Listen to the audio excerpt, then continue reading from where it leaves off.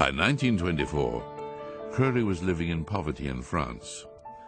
An old friend and famous literary figure and occultist, Frank Harris, kindly took him under his roof. Frank Harris lived with a woman by the name of Nellie O'Hara.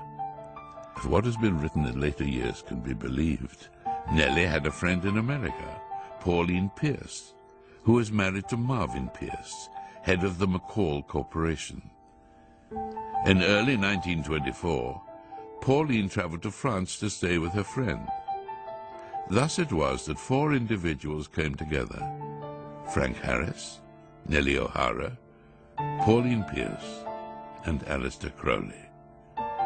According to Crowley's diaries, during this period in Paris, Crowley underwent the supreme ordeal, linked with his realization of the grade of ipsissimus.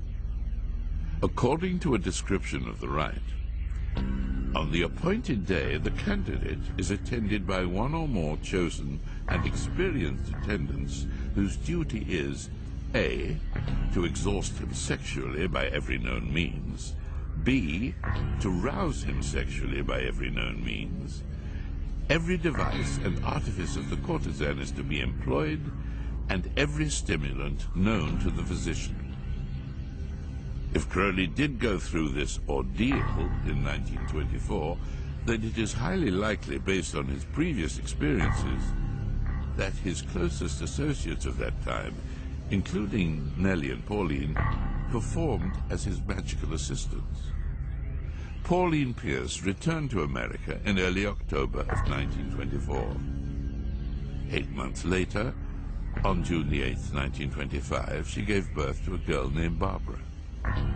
Barbara Pierce married George H.W. Bush, who eventually became the 41st President of the United States, and they had a son, George W. Bush, the 43rd President of the United States.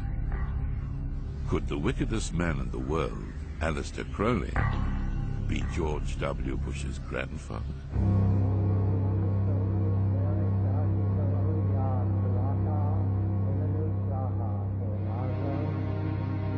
In 1925, Crowley received a letter from Theodor Reuss of the OTO in Germany.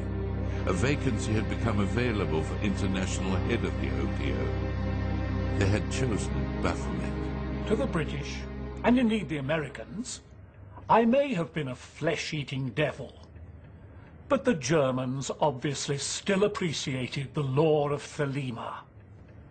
I was still Baphomet, an ipsissimus, the great beast 666.